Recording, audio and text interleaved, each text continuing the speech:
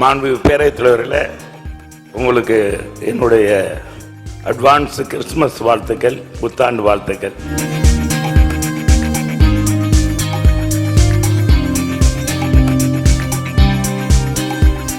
எங்களுடைய பக்தன் செல்லூர் ராஜ் அவர்களுக்கு தெரிவித்துக் கொள்கிறேன். மீனாட்சி அம்மன் கேட்டிருக்கேன். மாண்பு பேரவைத் தலைவர்களே, உங்களுக்கு என்னுடைய அட்வான்ஸ் கிறிஸ்துமஸ் வாழ்த்துக்கள், புத்தாண்டு வாழ்த்துக்கள்.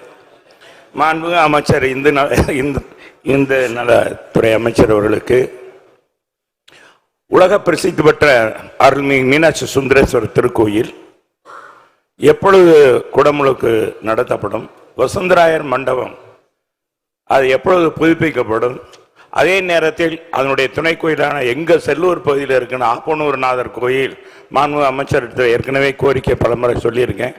அதுக்கு எப்பொழுது குடமுழுக்கு நடத்தப்படும் என்பதை மாண்புமிகு பேரவைத் தலைவராக மாண்புமிகு அமைச்சர் அவர்கள் தெரிவித்தார். மாண்புமிகு அமைச்சர் அவர்கள்.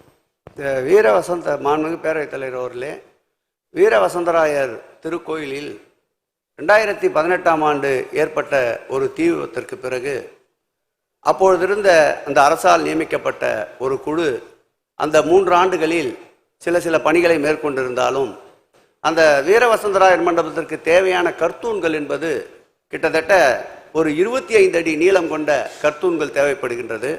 அதற்குண்டான கல் ஒரே அளவில் கிடைப்பது சிரமமாக இருந்ததை மாண்புமிகு முதலமைச்சர் அவர்கள் கவனத்திற்கு கொண்டு சென்றவுடன் அரசினுடைய தலைமை செயலாளர் தலைமையிலே ஒரு கூட்டத்தை ஏற்பாடு செய்து கூட்டி தற்போது அந்த கல்லை எடுப்பதற்குண்டான அனுமதி வழங்கப்பட்டிருக்கின்றது. அதற்கு ஏற்கனவே 19 கோடி ரூபாய் அளவில் டெண்டரும் கோரப்பட்டு அந்த டெண்டர் பணிகளும் நடந்து வருகின்றது. இந்த வீரவசந்தராயர் மண்டபத்தை ஒவ்வொரு இந்து சமய அறநிலையத்தின் ஆய்வுக் கூட்டத்திலும் மாண்புமிகு தமிழக முதல்வர் அவர்கள் கவனத்திற்கு கொண்டு வந்து அவரும் இதை தொடர்ந்து கண்காணித்து வருகின்றார். விரைவில் அதற்குண்டான பணி போர்க்கால அடிப்படையில் நடைபெறும். அவர் கோரிய அந்த ஐயனார் திருக்கோயிலுடைய குடமுழுக்கு பணியும் வெகு விரைவில் மேற்கொள்ளப்படும்.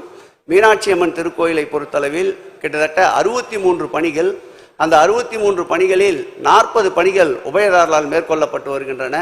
மீதம் இருக்கின்ற 23 பணிகளையும் முடித்து அடுத்த ஆண்டு டிசம்பர் மாதத்திற்குள் நிச்சயமாக குடமுழுக்கு அனைவரும் மகிழ்ச்சியுறுகின்ற வகையில் நடத்தி தரப்படும் என்பதை பேரவைத் தலைவர் வாயிலாக எங்களுடைய பக்தன் செல்லூர் ராஜ் அவர்களுக்கு தெரிவித்துக் கொள்கிறேன். விநாயகன் 140 மாண்புமிகு உறுப்பினர் உடுமலை கே ராதாகிருஷ்ணன் மாண்புமிகு பள்ளிக்கல்வித்துறை அமைச்சர் அவர்கள்.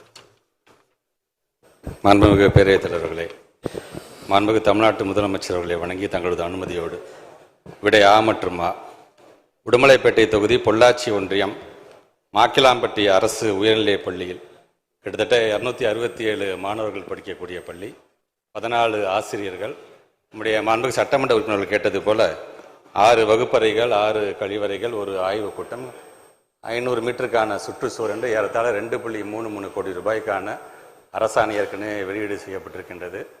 பொதுப்பணித்துறையின் மூலமாக ஒப்பந்த புள்ளி பெறப்பட்டவுடன் உடனடியாக அதற்கான வேலைகள் ஆரம்பிக்கப்பட்டு இந்த கல்வியாண்டிலே அது பயன்பாட்டுக்கு கொண்டு வரப்படும் என்பதை தங்களின் வாயிலாக மாண்புமிகு சட்டமன்ற உறுப்பினருக்கு தெரிவித்துக் கொள்கிறேன்.